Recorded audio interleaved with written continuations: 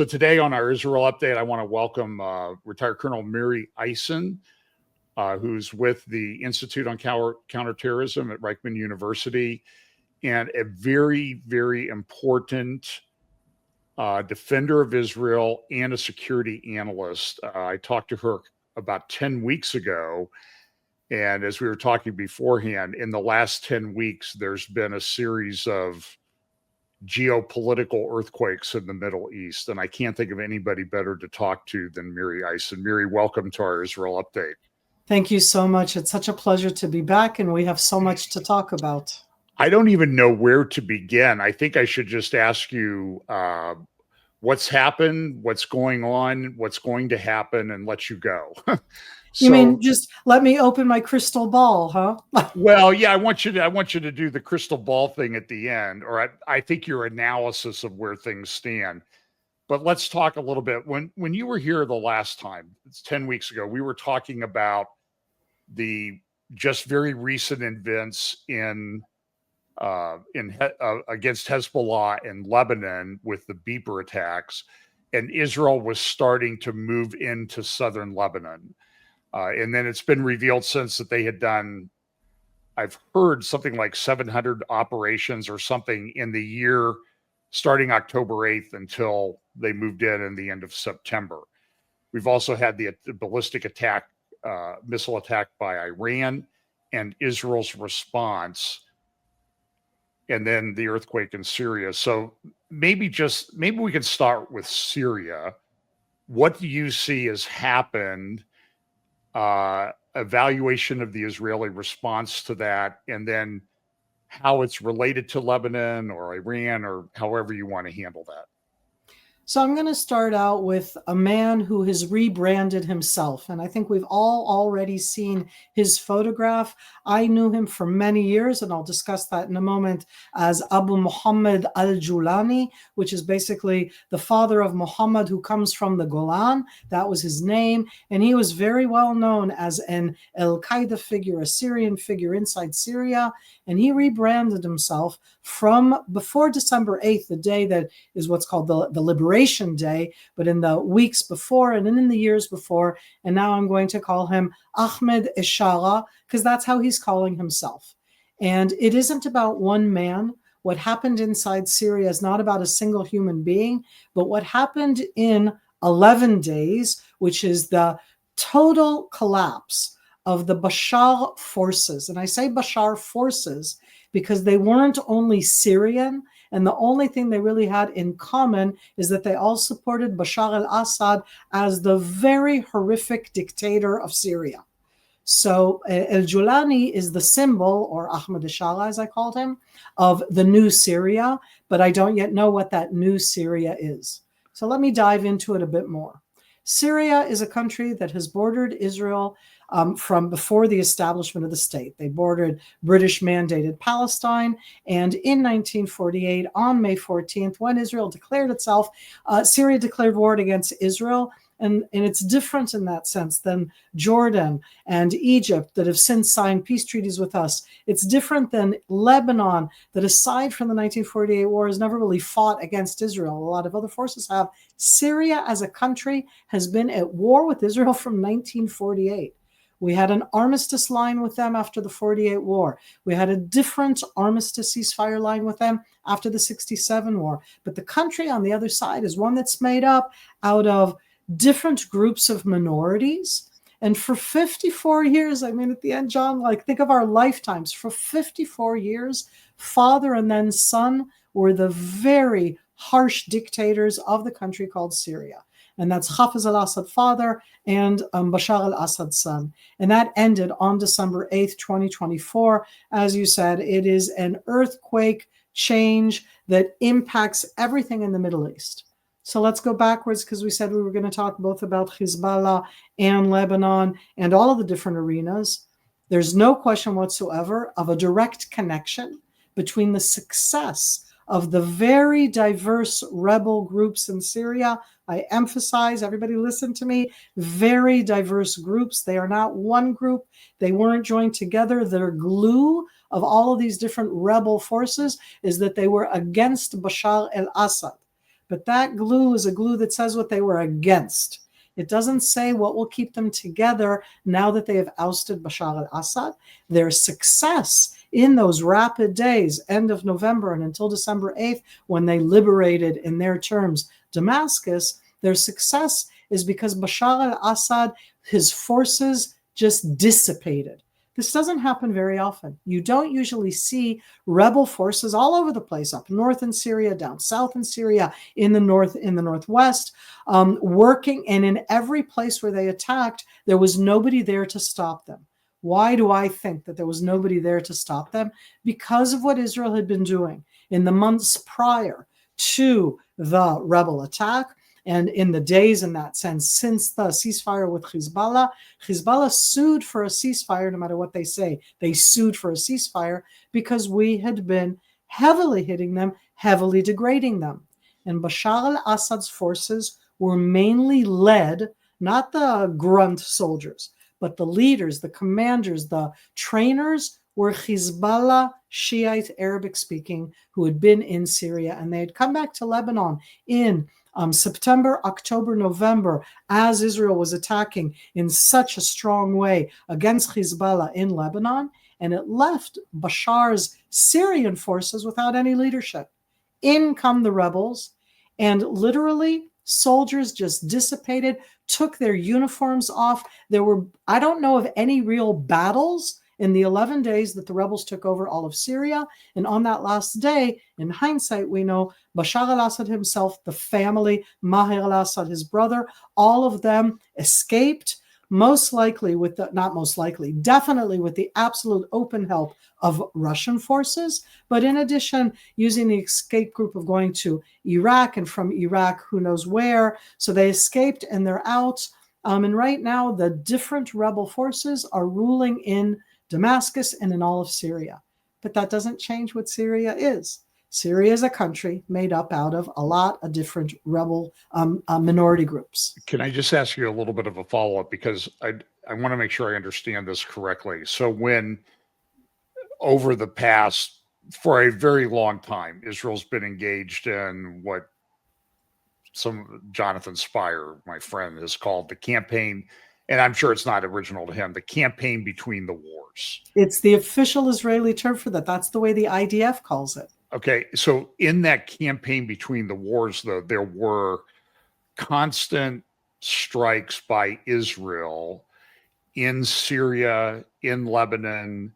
And what you're saying is, over time and with the intensity after the beeper attacks and decapitating Hezbollah and a lot of their brigades, in connection with what had happened in Syria, are you saying that there had been sort of decapitation strikes there that left the Bashar forces leaderless, that those had been taken out as well? I'm going to go backwards and forwards and try and clarify myself. Okay. In 2011, when a series of different countries, the people in the country, and this isn't about democracy, it's about bad dictators, not about the people's desire for democracy. We saw in very relatively quick sequence 4 dictators that were all secular dictators in the Middle East fall to local forces. Tunisia's president was killed. He doesn't matter, he ran away and was killed. The Libyan Colonel Gaddafi was killed. In Egypt, Mubarak was arrested and then afterwards died. And in Yemen, the president ran away and then was killed. And I say that because the 5th one was Bashar al-Assad. And what Bashar al-Assad did in 2011, which has such implications for 2024, is Bashar al-Assad in 2011 requested that Hezbollah, under Hassan Nasrallah, come help him. And Hezbollah forces that were the most trained, the most commando, they went and fought for Bashar al-Assad against Syrians in Syria.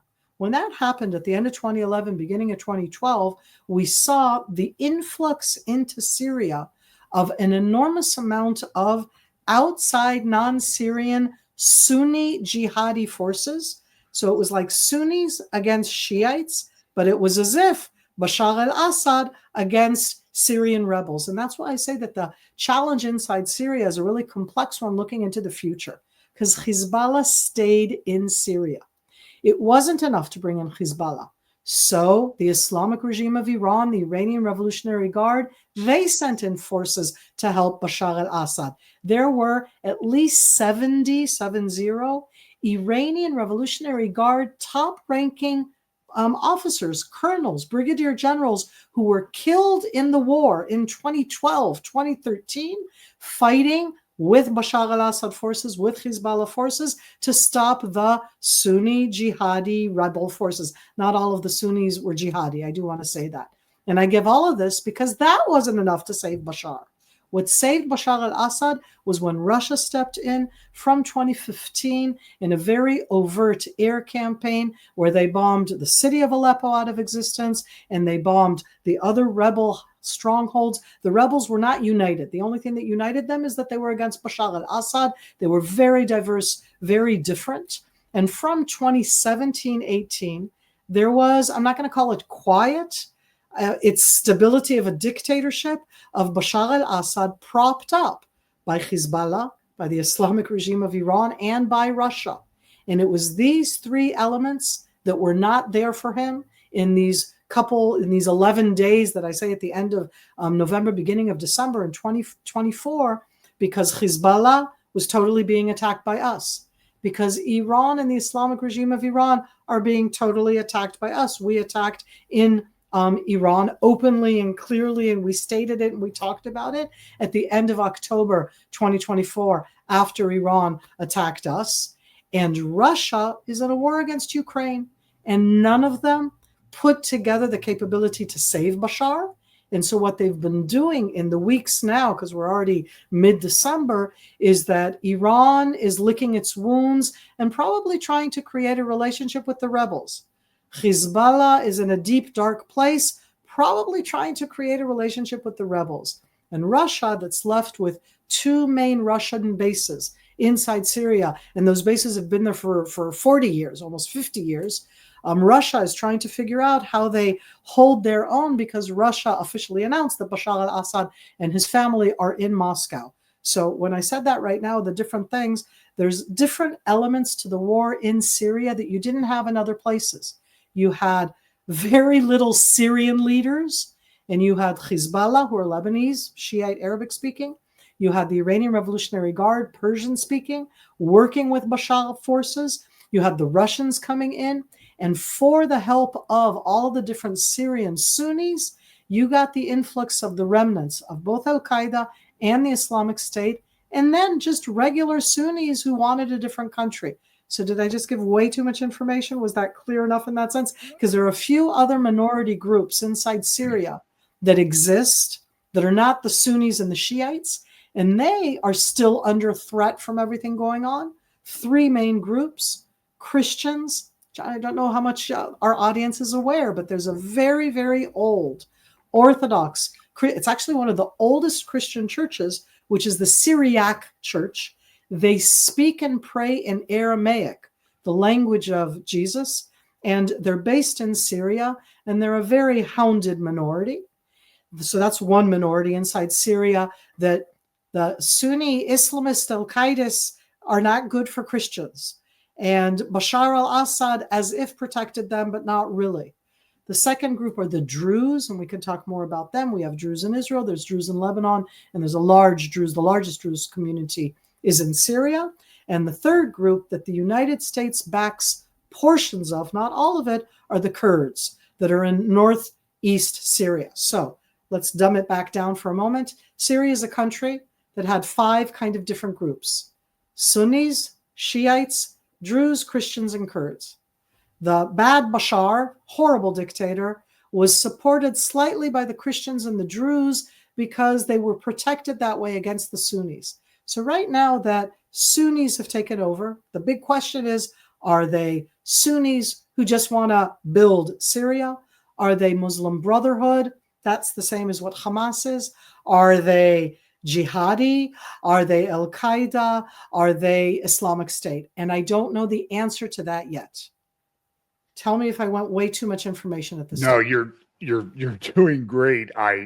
My problem is, I was, as I told you, I was a lawyer, so as a lawyer, I spent a lot of my career asking questions. So I'm sitting here, I already have 3 pages of notes that So I've I'm just taken. going to use the map you put up, which is wonderful because I can If you see want the me to map zoom right in now. on anything, just let me know.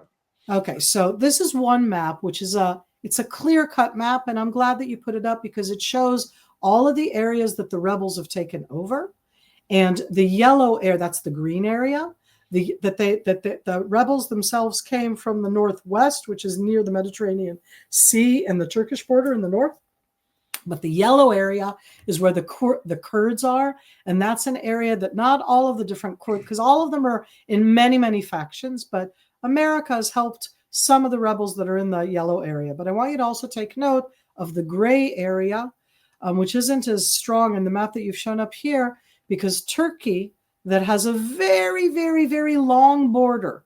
Okay, you see the gray area on the north there, and there's more sections there. It's like there are a lot of different maps that we could use. But Turkey in 2012, 2013, as Al-Qaeda graduated into the Islamic State, when the Islamic State came into these areas and then everybody was bombing the Islamic State in 2014, 2015, Turkey took over areas that Turkey shares an enormously long border with Syria. I need to think about it. I'm going to look it up afterwards, but it's something the equivalent of, Texas is a pretty big state, okay? And the Turkish-Syrian border, I'd say, is like almost 1,000 kilometers. That's like 700 miles. It's a very, very long land border. And so Turkey is also very involved, and they've been backing some of the different Sunni rebel groups. You're right. There's a different map. If you zoom it out again. Kilometers. It's okay. It's 1,100 kilometers? 900 kilometers. 900 kilometers. So that's like 500 miles. It's a very long land border. Mm-hmm. But as we zoom out at this again, that green, to me, is a little misleading. Because in the green, until including right now in this fighting, there are at least 1,000 different named rebel groups that all of them, what they have in common is that they are Sunni. They have different names. They have different leaders. They all wanted the weapons that Bashar had gotten from Hezbollah, from Iran. Bashar had allowed the military bases in Syria to become military bases of Hezbollah and the Islamic regime of Iran, of the Iranian Revolutionary Guard. And what Israel did in the last 2 weeks, and this is very important for all of us to understand, is we bombed and destroyed the weaponry and the bases that were the Bashar Hezbollah Iranian bases. We didn't kill anybody. Those were the bases that they'd been overrun, but the weapons were there. And we in the IDF said at this stage that we've attacked 600 different air attacks over a period of 2 weeks. It's unheard of.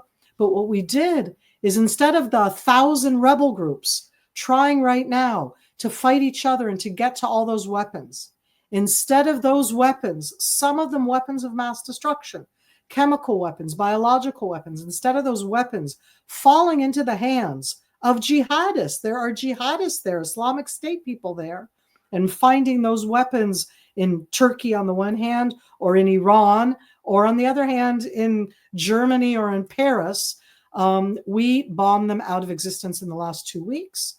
And we also took some land in the northern portion of the Israeli Golan Heights. We took the high point of Mount Hermon. Anybody who's ever been here, been with me, you go up to the Golan, and then you go to the Golan, and now you're showing there that purple area of where Israel has gone into what was a DMZ, a demilitarized zone between Israel and Syria from 1974. We've gone into the DMZ. It's an area also where there are United Nations troops, but the most important part of it is that northern purple area at the top of Mount Hermon.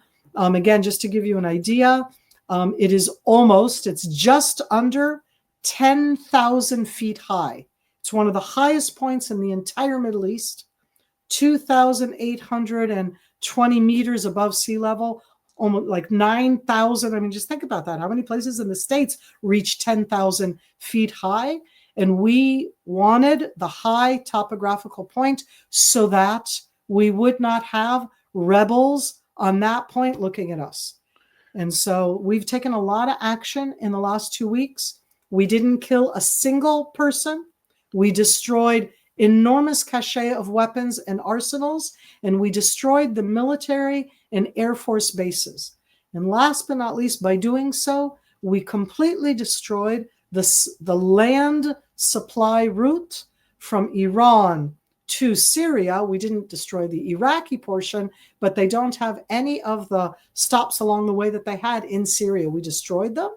And Hezbollah's new Secretary General, Naim Qassem, who now is the one we get to listen to in his monologues, and he alluded to this just this last week where he said they've destroyed the land supply route. They're very aware inside Hezbollah that what we did means that Iran cannot supply Hezbollah via Syria, that Syria is not that middle country, that we destroyed the weapons so they can't fall into the hands of the rebels. And I'm even going to add an additional point, is that Syria under Bashar al-Assad in the last decade started in and around 2012, 2013, but it was totally like that from 2014. Syria turned into a narco state. We usually use that term about Venezuela. Sometimes some of other, I'm very wary of black mouthing or bad mouthing any Central or South American country, but Syria officially, Bashar al-Assad's brother was the King Don, can I call that, the head of the mafia. And what were they exporting? They were exporting drugs that were made in the Syrian pharmaceutical industry, meaning they were making illegal drugs and exporting them. And they exported them to the south, it's to Jordan, and then afterwards Saudi Arabia. To the southeast, it's to Iraq on the map. And then further south, you get to the area of the Gulf countries, the Emirates, Bahrain, and others. And the export of these illegal drugs by the narco state under Bashar al-Assad, that's an additional aspect that we did not destroy that right now, but the new rebel leaders, and first and foremost, the man that I spoke about, Ahmed Shara, is saying that they won't do that anymore because it was the main income for Bashar al-Assad's dictatorship. The reports I saw this morning, Mike Duran from the Hudson Institute put up some information that Assad had showed up in Russia with about $2 billion. And also, I don't know if you know this, the word is that Bashar's wife has filed for divorce from him in a Russian court. So I'll say two things. One is that the income from the Captagon is the illegal PEP drug that was outlawed in Germany and that Syria was actually producing in the pharmaceutical industry. That Syria had a very basic pharmaceutical industry, the kind that makes generic drugs, aspirin and toothpaste, and they literally changed it into the line for Captagon. But the point that I was going to make is that the income we assessed per year was $5 billion a year. So if he brought $2 billion to Russia, that would be drug money, just to be very clear. When it comes to Osma, his wife, she may or may not have filed for divorce. There's a lot of different challenges on that. She was on the cover of Vogue, Cosmopolitan, one or the other. She's a Syrian British-born woman. She went through breast cancer, but at some stage along the way, because she was asked about her husband, and he's a butcher, and she always said, no. The other ones are butchers. Bashar al-Assad put out a statement in English a few days ago, and I'm going to put my glasses on because to be able to find it, I have to look for it for a moment. Because I play around with things like that all the time, and I find them very interesting in that sense on what people say about themselves. So the butcher Bashar al-Assad, who for years, I can't begin to tell you what he did to his people. They've been finding the most horrific sites. He put out a statement on December 16th, and this is his statement by President Bashar al-Assad on the circumstances leading to his departure from Syria. I'm reading. As terrorism spread across Syria and ultimately reached Damascus on the evening of Saturday, 7th of December, 2024, questions arose about the president's fate and whereabouts. This occurred amidst a flood of misinformation and narratives far removed from the truth, aimed at recasting international terrorism as a liberation revolution for Syria. So that's going to be Bashar's take on the issue. He's always called them all terrorists. He calls us terrorists, everybody else. I won't even call him a terrorist. I'll call him a narco state and a dictator and a genocidal dictator, which is now he's in Moscow. Channel 4, I think out of the UK, and other channels are doing these videos of these prisons and mass graveyards. It is okay. It's beyond, shocking. It's beyond description. It's not even inhuman. Doesn't even begin to describe it. Well, you know, when we talk about different things and just the comparisons that have been going on in the world, in this world of horrific misdisinformation, I've been following Syria under the Assad family from 1981. I was drafted into the military at the end of 1980. I was put into my position in military intelligence. And throughout most of my career in military intelligence, all the way from, you know, lowly soldier through officer's course, all the way up to colonel, I was always very focused on Syria. When you were focused on Syria, you were focused on the Assad family and the way that they rule. It's a harsh dictatorship. And I always knew that you don't do anything in Syria, because if you do, you end up in Subnaya prison. And John, I don't want people to do that. I want you to know of it. Don't open up the attachment that shows you what's happening inside there. You won't be able to unsee it.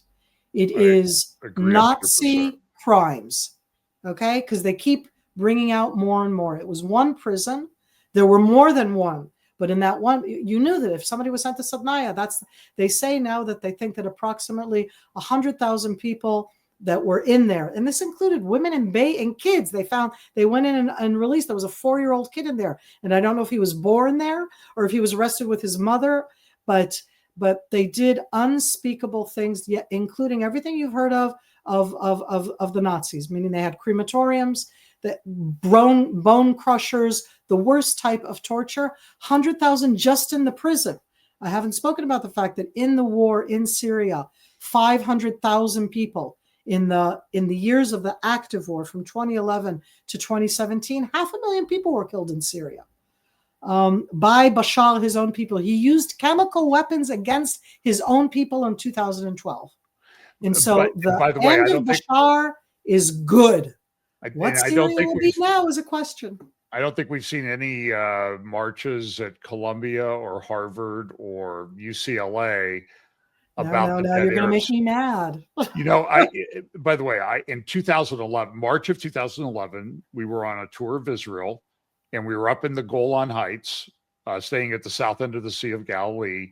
And I got up that morning, and the news was saying there are riots going on in Dara. It was the start of the Syrian civil war, just 30 miles away from where I was sitting eating breakfast. And so I have followed this very closely. I want you in a little bit too to get to the Russian influence, the Russian project in Syria to prop up Assad. So go on back to where you're going, because you. Okay, so we're wandering through here because they're interconnected. Okay, there's Syria, but Hezbollah in Lebanon, with a strong strategic relationship with Bashar al-Assad, was the one that, since Bashar, with Hezbollah, with the Islamic regime of Iran, and with Russia that I'm going to talk about, were the ones that managed to make Bashar not fall in 2014-15 when it was a question of time, but they kept him there.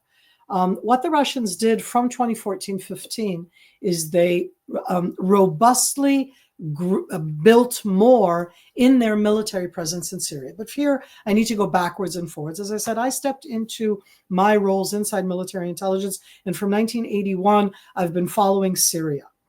The Soviet Union built the all-year-round Mediterranean Soviet port in the city of Tartus, which is on the Mediterranean Sea, north of Lebanon, north of Israel. They built that in 1981. So that port has been there. We're heading into 45 years. The Air Force Base Khamimim, which is further north, it's near to the seashore, the Mediterranean seashore city of Latakia. But both of them are, on the western side of Syria, near the Mediterranean Sea. Both of them were Russian-held positions. As soon as the Soviet Union disintegrated, Russia continued the relationship with Syria, and they continued to hold the port, which was not, Russians come into a Syrian port. It was a Russian port. No Syrians were allowed into it. And north of there, in the areas that you're showing right now, the Russians built a very large Air Force base that they mainly used in 2014, 15, and beginning of 16, when they literally bombed Aleppo out of existence. Aleppo, a little bit further northeast on the map, is the second largest city in Syria. Syria has two very large known cities. Damascus, everybody's heard of. Damascus, one of the oldest cities in the world, but so is Aleppo. For those who don't know, Simon the Stylite, there's a Saint Simon who was on the top of a pillar for 40 years. Do you know of Saint Simon? Mm-hmm. Because Saint Simon was in Aleppo. Okay. The pillar is in Aleppo. I mean, again, I said the Syriac Orthodox religion is very based there, but a lot of the early church figures were in Aleppo, in that area. But Russia, using its airplanes at the time in 2015-16, I'm very cynical, John. I'm not always sure if the audience understands that, okay? But essentially what Russia did at the time was used Aleppo and all of the other areas that they bombed inside Syria. They always said it's the Islamic State, and they bombed whatever Bashar wanted them to bomb. They bombed, secular people, non-secular people, Islamists, non-Islamists. They bombed everything, and they used it as a training ground. Basically, they were trying out different types of bombs, different type of airplanes. There's no air defense there, and they bombed Aleppo out of existence. At least 150,000 people were killed there just in the city of Aleppo, but that's amongst others. And it was a city of 2 million people. I recall a congressional testimony by a general, I think his name was Breedlove, who was the head of the NATO command. And he testified at that time, because as I followed this, the pro-Syrian channels were, all that bombing's being done by the U.S. and Israel to attack Assad. We would never do that. But Breedlove said, and I think he was accurate, and I'd like your comment on it, was that it appeared that what they were doing was they were attacking largely Sunni areas to get them on the road and to move somewhere else to be somebody else's problem. What do you... Well, is that an accurate statement, or... So at the time, what they did is first they were just killing whoever. I mean, we're talking about the most indiscriminate, harsh aerial bombardment that the only equivalent to that would be at the end of World War II, where I don't think of it as indiscriminate when, it was to really bomb Nazis out of existence. But in this case, what they were doing was an indiscriminate bombardment where Russia would say, we're fighting against... Every time they bombed, they said, it's the Islamic State, it's Al-Qaeda. So all of us are going, we're all together in this. By the way, that's the way they presented it at the time. Both the Islamic regime of Iran and Russia, all they said was, we're all in this together. It's against the Islamic State and against Al-Qaeda. And there's no question that the Islamic State and Al-Qaeda had taken large portions of Syria under their protection. But there were other people there, and most of them, were killed, were fled. There's the amount of refugees out of Syria, displaced people in Syria, is incomprehensible. And again, the world didn't care about it. Europe cared about it a bit because a flow of the Syrian refugees arrived in Europe, arrived in Germany, and it had an impact there. But when it doesn't impact you directly, it's that war that's happening on the other side of the world. And I think to a large degree, one of the reasons that I know of zero academics, think tanks, or intelligence communities who knew what the rebels from the area where they ended up were going to be doing at the end of November, the reason none of us were looking at that is nobody really looked at it. Nobody cared. So what ended up at the end is that the Russians bombed all over the place. There were days, John, where I would be with groups up on the Golan Heights, We'd be looking deep into Syria as we can today. It was a beautiful day today. Tomorrow it's supposed to be rainy, but it's very beautiful today. You can look deep into Syria. You're looking into areas that used to have, there was a province of the Islamic State on the other side of the border from Israel. There was a location of Al-Qaeda. I would see with my eyes, with binoculars, I'd see an Al-Qaeda flag and I'd see an ISIS flag. That doesn't make you feel good. And the Russians bombed on the Syrian side. And to do that, you have to have a certain level of coordination with Israel, because those are Russian planes flying very near the Israeli border. That was in 2016-17. And when they did that at that time, the aftermath is that the different rebel groups that were opposite Israel in South Syria, because we're opposite South Syria, in a coordinated way were put onto buses, and they went to that northwest enclave in North Syria near the Turkish border, and that's where they were for pretty much the last 7 years. And El-Jolani, or now as he calls himself Ahmed al-Shara, was one of those who left the Golan area and went up into that enclave.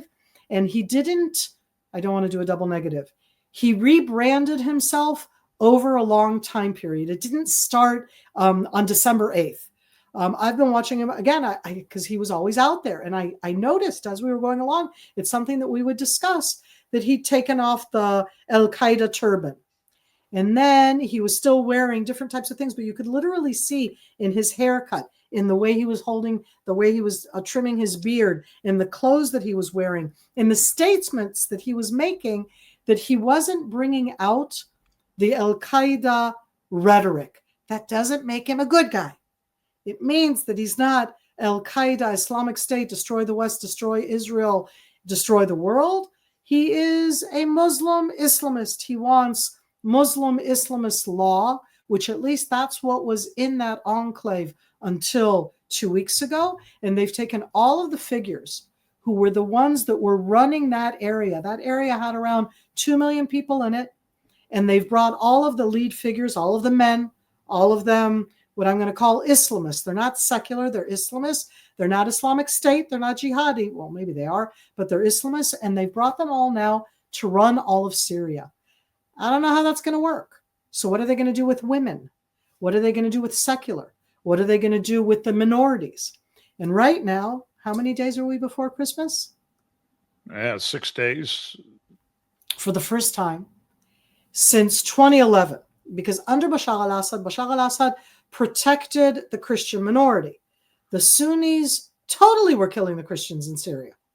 And in these last few days, both in Aleppo and in other cities, the Syrian Christian community, for the first time, as they say, since 2011, have put up decorations, are having celebrations. So that's a big change, but I don't yet know if that big change is really big, if it's going to be something that all of them are going to support. Are there going to be jihadi extreme groups that are going to oppose this? I don't know. It's all, and right now as Israel, after October 7th, 2023, I don't know means I'm going to be sure that I can protect myself just in case it goes down the bad road. And I'm going to hope for the Syrians that it goes down a different road. Could it be that, I've been reading some of the statements coming out, and again, you're right, there's 1,000 different groups that are all issuing their statements, and some are saying, we've got Damascus, now we're moving on to Jerusalem, and then some are saying that we'll protect the Christians because they will pay taxes. No, and others are also saying that we want to have a new Syria, that we're not Bashar. That doesn't, I think that sometimes also we have to understand how we're talking. You and I are talking. I come from an American background. You're in the United States. I'm in Israel, a full-fledged Western type democracy. We always think that everybody is aspiring to be a Western democracy. And I don't mean this in a, as I say, I want to be very clear on what I'm saying.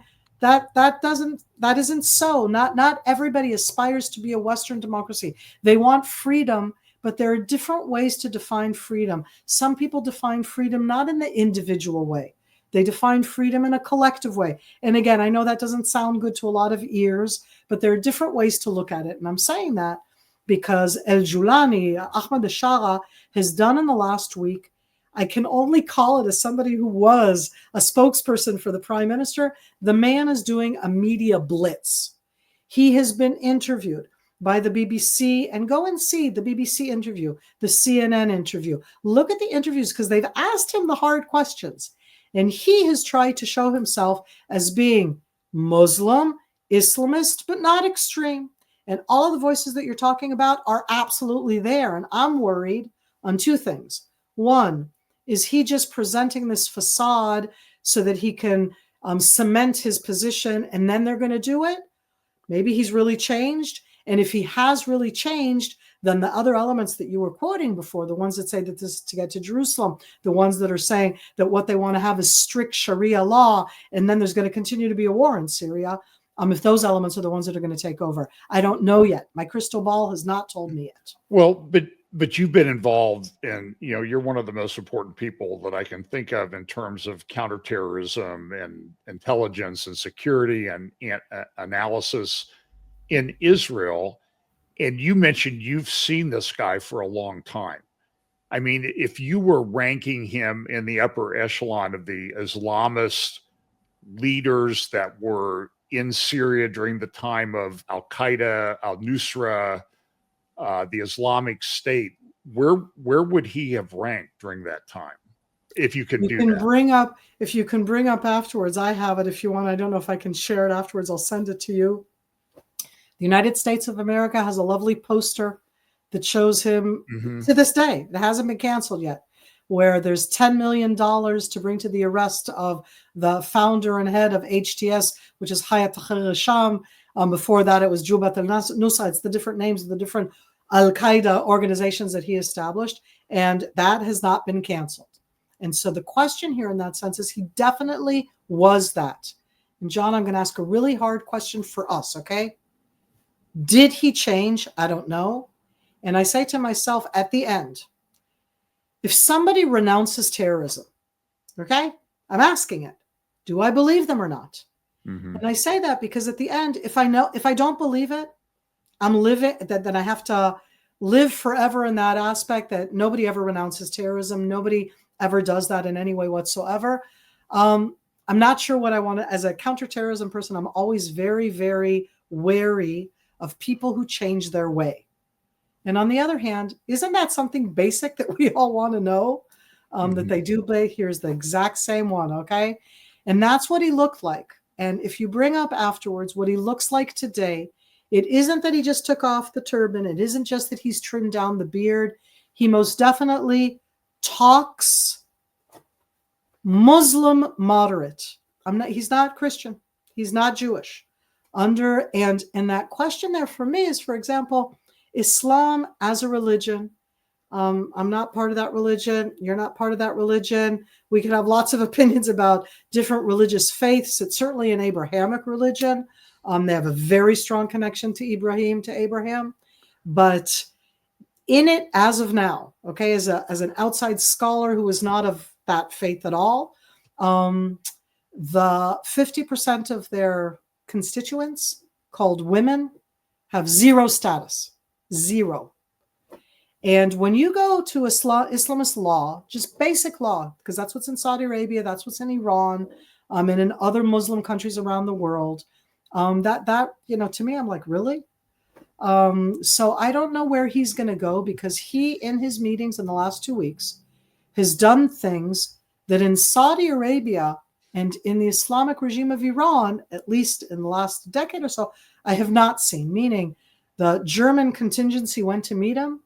There was a woman there, and she's wearing a suit, and she's totally wearing her clothes, and not head covering, not any kind of thing like that. Same goes for the British contingency. Now, none of them have come and recognized HTS, but that's the Hayat Tahrir al-Sham. That's the organization that he's the head of. But I said there are 1,000 different organizations there. So I don't know. He has made statements. His statements are very different from what his statements were very clearly a decade ago or 7 years ago. Has he really changed? I do not know. I do know that I border Syria, and that a stable run country is much better for me than a chaotic war-driven country. Yeah. And I didn't say the word democracy. Right. So my view on al-Jilani is, it's kind of interesting you mentioned that about his beard. Richard Engel at NBC did a video this morning where he visited Assad's palace in Damascus, and he went into Assad's private barbershop. And so my thinking was, so al-Jilani is one visit to Assad's old barber chair away from looking like Zelensky. So you know what? That's very interesting, because he's wearing the same, you're right. He's wearing that same clothes. It's that paramilitary kind of thing where he looks military, but it's not. Very interesting point. And I'm watching it. And as I said, we're still in the process, but I'm going to add something because it's me, which means I hope he's changed. I wish them a different future. And I don't think that it will work that way. I think that Syria fragmented so harshly from 2011 and on that even though everybody is really tired, they're going to want a quick fix. And in the last decade, the money came from narco money. And if they don't continue the narco money, they have no income, then it's going to be a really hard place to be in. And if they go back to the narco money, then they're going to be using the exact same bully forces to export the drugs. And the world's not going to be with them. And if they don't go to the narco money, who is going to help them rebuild this totally fractured, demolished country?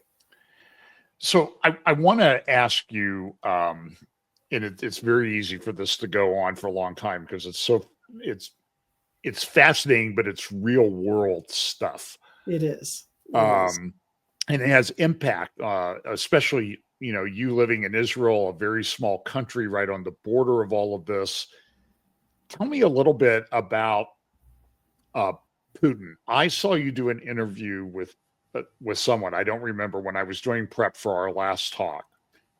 And in it, you had said that you had met a lot of world leaders and you had been in the presence of Putin a couple times. And I think that you used the term scary.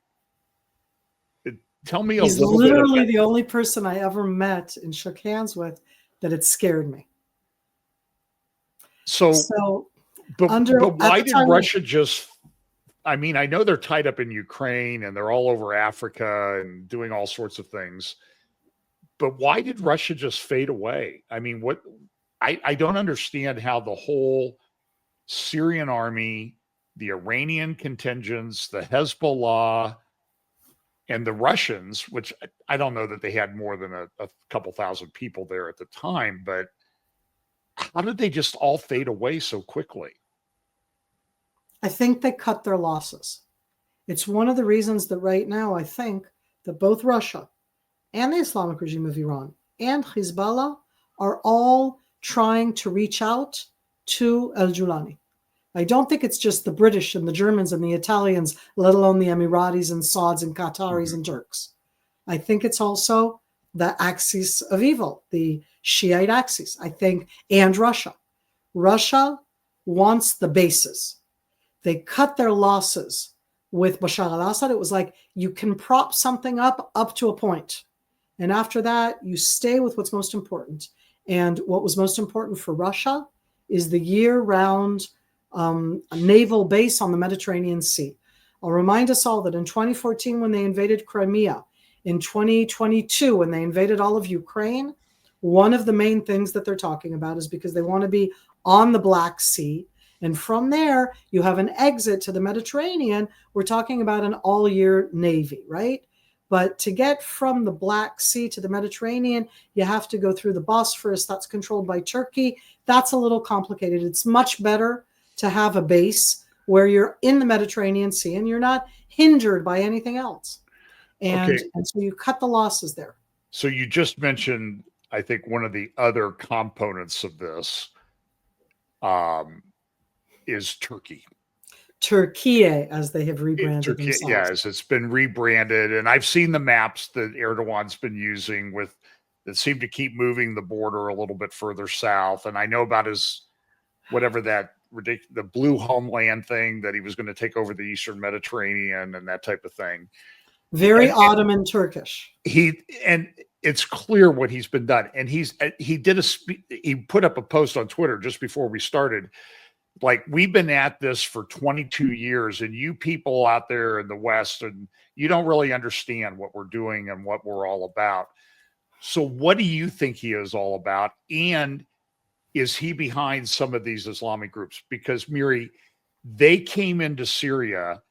They didn't see things unwinding in Lebanon for Hezbollah or anything like that. They had to have, you're a military person. They had to have planned this for 2 or 3 years to do. I'm going to tell you, I'll give you an example similar to that. Early this morning, my beauty sleep was interrupted by a siren when I call them the pesky Houthis, but really they're horrible. I mean, it's not amusing at all, but they fired a cruise missile against Israel. And so we all had sirens this morning. It was at 2:30 a.m. in Israel, and a fragment of the missile, not of the interceptor, hit a school at 2:30 a.m. in elementary school. They can't go back to it, but I'm just saying that because while that missile was on its way to Israel, Israel was on its way to attack the Houthi sites in Yemen. And we weren't doing it because they were about to attack. As you said, it was something that we had prepared a long time in advance, and that missile happened to be on the way as well. And I say that because you're absolutely right. What the rebels prepared was prepared a long time in advance, and nobody was looking at them. But the capabilities, the logistics, the supply line are entirely Turkish, the portions that comes from northwest Syria. When I say entirely, inside the enclave that was between Turkey and the Bashar al-Assad dictatorship, in that area was not one Islamist group. There were dozens of Islamist groups. El-Julani, HTS was one of them. There are other ones with other names that were totally backed by Turkish Erdogan backing.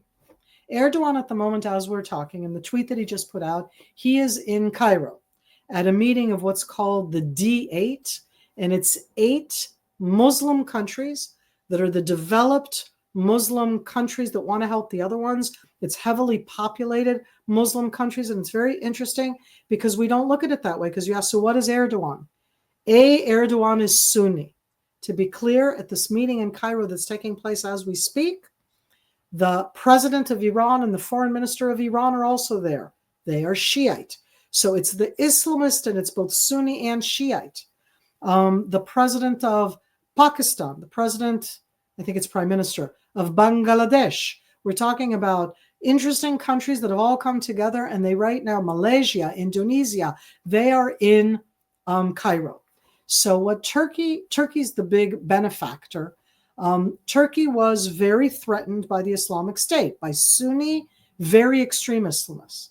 But Erdogan, at heart, deep inside, is Muslim Brotherhood.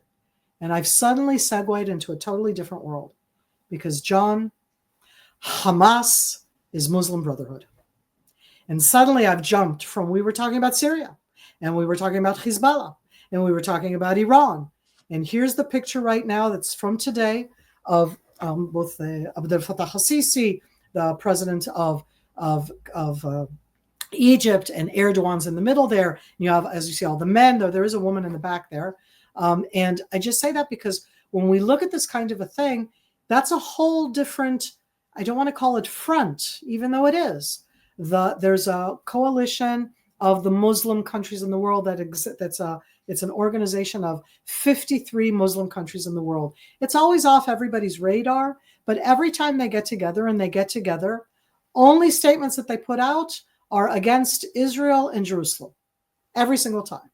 A meeting like this that's getting together right now is in the aftermath of Syria, and it's at that core question, who's going to rebuild Syria?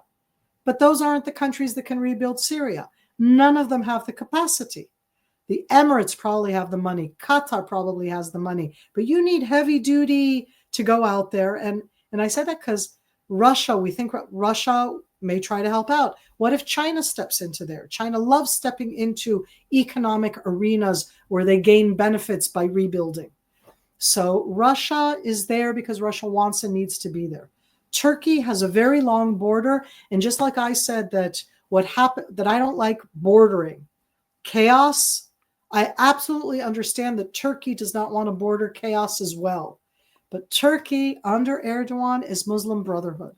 And my new fear, and I hate this being about negatives. I mean, I want it to be happy for the Syrian people, and I can be happy for them, but I see a lot of challenges, is that in the first, when Hezbollah accepted the ceasefire, and I say sued for the ceasefire, they needed the ceasefire, not Israel, on November 25th, when that started in that sense, when Hezbollah went to the ceasefire, and that was an immediate weakening, strong weakening, both of certainly Hezbollah, through that of the Islamic regime of Iran, but also of the backing to Hamas, because Hezbollah was the one that was out there fighting with Hamas.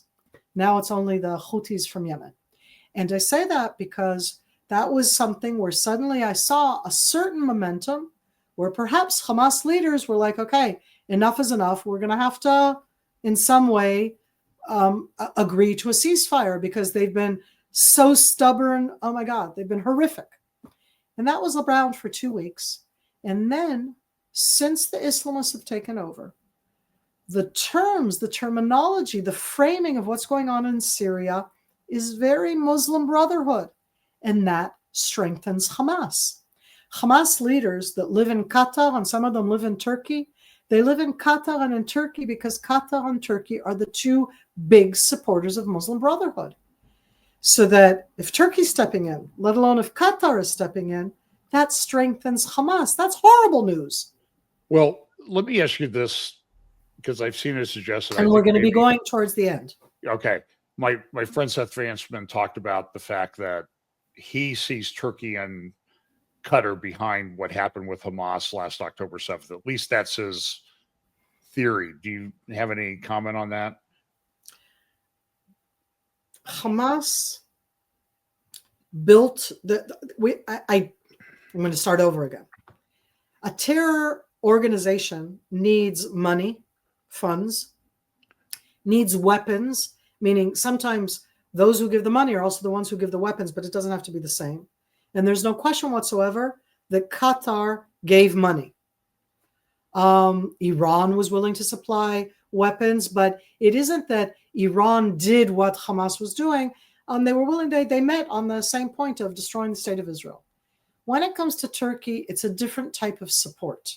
It's an ideological support, and it is one where in the world opinion world, it's a very difficult one. Turkey is a member of NATO, not Qatar. Turkey sits inside a lot of different places where all of the ones around the table view Hamas as a terror organization, and Turkey did not. And that means that even inside NATO or inside any place where Turkey is a member, Turkey is going to push back on the designation of Hamas as a terror organization. And that means that has a lot of impact when at the end, the actions you can take, the sanctions that you can put, but mainly also in that sense, who supplies the weapons and how you stop that. I do not think that Erdogan in any way had something to do with the October 7th attack. I'll even say that, no, I'm not going to go down that one. I don't think that he felt bad about it. When I say I don't think he felt bad about it, is because Hamas present themselves as liberators, as being the oppressed against oppressors, as being the ones who are going against Israel, us, the colonial, imperial, genocidal country of the world. But that's a whole different story. And Erdogan bites into that. But John, at the end, and I don't know how to really, we have not cut off diplomatic ties with Turkey. Turkey, under Erdogan, has not cut off the diplomatic ties with Israel. Other countries in the aftermath of October 7th have cut the diplomatic ties. And so it's a very odd thing, that meaning there are common interests. But yes, Erdogan at heart, ideologically, thinks that Hamas is like him, that they will have what they are going to call a country, he'll call it Palestine, or Turkey in that sense, that will have a relationship of Islam within the states, certain level. But that doesn't make it any better. I don't think that they were involved. I think that Qatar funds everything. And Qatar is a very challenging element. But it's there. You have an enormous, as far as I know, U.S. base in Qatar. It isn't something that you just cut off, because there's in Kuwait, there's in Qatar, there's in Saudi Arabia.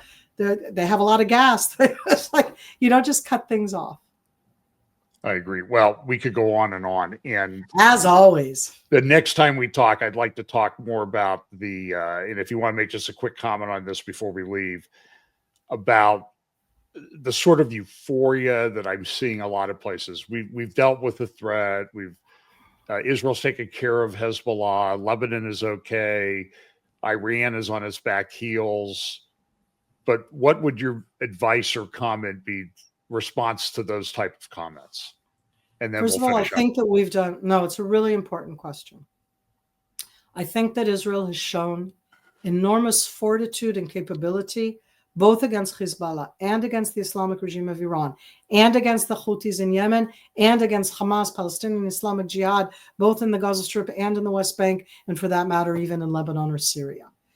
What we did inside Syria shows immense capability, but it's immense capability where there's no air defense whatsoever, which is one of the reasons we could destroy all of those cache of weapons inside Syria and prevent them from falling into anybody else's hands. But everybody needs to understand, we are 10 million people. We are fighting at the moment on 8 different fronts. That's Air Force, that's Navy, that's ground troops. That's a kind of different type of fighting in Judea and Samaria, the West Bank, than it is in the Gaza Strip. It's a different type of presence in Lebanon where we went in ground troops, and what we're doing right now, both in the Golan Heights, let alone in the depth of Syria. What we can and can't do against the threat of the Islamic regime of Iran or the Houthis in Yemen, those are all different capabilities. We're not a world power.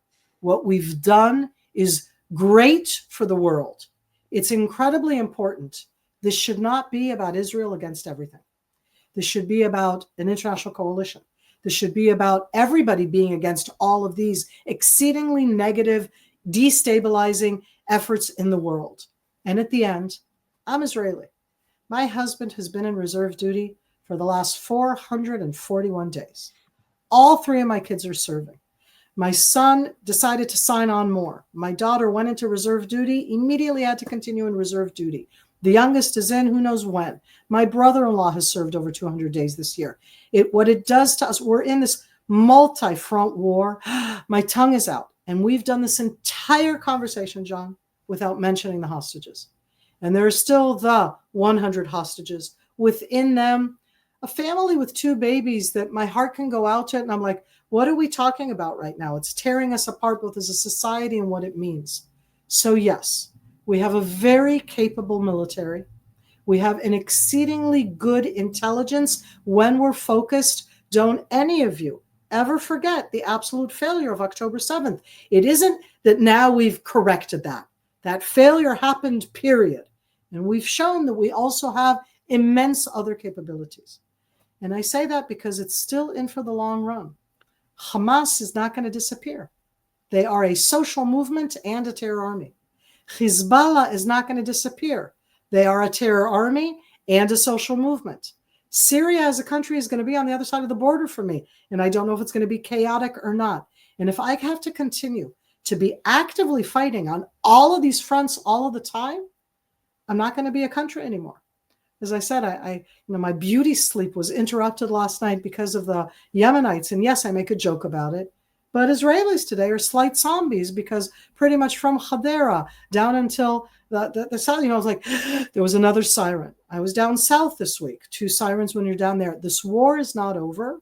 And when it's over as an open war, the bulk of the threats will be trying to rebuild themselves. So we're still in it for the long run. Wow. Thank you so much. Great comments. And just know that there are a lot of people here that are trying to figure out what little ways we can help. Some of us do the social media thing. Some of us, there are a lot of churches here contributing to help IDF and relief agencies within Israel. And I'm going to finish with a personal comment. Okay. Go ahead. In November, I was in the States for something professional. And after that, my husband and I took 2 weeks, very much needed, to not be in our professional mode. And for the first time, we traveled in the South. We were in Georgia, Alabama, Mississippi, Louisiana, and Texas. And I've been to the States in this last year a lot. And as you all know, there are all sorts of different places to go to, and they bring me in to contend with some. I felt loved. And that was just the most wonderful thing. Everywhere I went, said I was from Israel, and Christian loving people hugged us, received us. We were so thrilled because, and I don't know if you know that we know that, it made me felt so much stronger after those 2 weeks, that love that I felt in the areas that I was in. And I'm sure that that's true in all of the places that you're talking about, John. And I can just say, thank you. It makes us stronger. We still have challenges. And again, not everything is negative. We also have to always remember that. If we always look for the negative, we may not see the opportunities. But we're not going to close our eyes. We're after October 7th, 2023, and we're going to see where this all develops to. So thank you all so much for being so involved in our world. And thank you for taking the time to speak to us, Miri Eisin. Thank you so much. I'll have links in the show notes to where people can follow you. And I'll look forward to doing this again, hopefully not in 10 more weeks, but hopefully sooner than that if we can arrange it. Because who knows? We have a lot to talk about. Always. Thank you so much again for the platform. Shalom, shalom.